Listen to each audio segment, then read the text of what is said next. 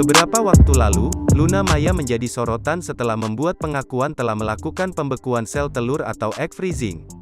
Meskipun begitu, Luna merasa cukup mendapat respon positif dari masyarakat. Luna melakukan pembekuan sel telur pada April tahun 2021 di sebuah rumah sakit Jakarta. Hal itu diungkapkan Luna dalam tayangan YouTube pribadinya, dikutip Tribun News Selasa, tanggal 25 Januari tahun 2022.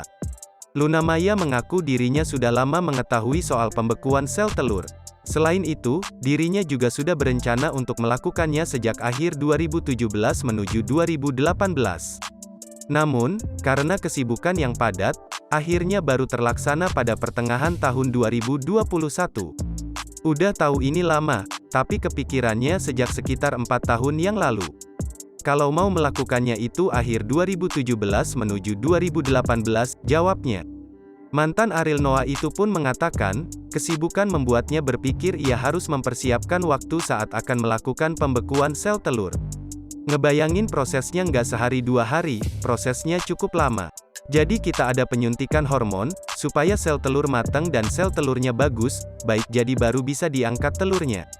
Sebelumnya, Luna sempat berencana melakukan tindakan pembekuan sel telur di rumah sakit yang ada di luar negeri. Bahkan, Luna berencana untuk mengosongkan jadwal seminggu hingga 2 minggu. Namun semua itu batal dilaksanakan, karena terkendala kesibukan sang artis yang padat. Akhirnya ia tahu informasi rumah sakit di Indonesia ternyata bisa melakukan tindakan tersebut, hingga memutuskan untuk melakukannya di Jakarta. Menurut penuturannya, sel telur yang dibekukan dapat bertahan hingga puluhan tahun.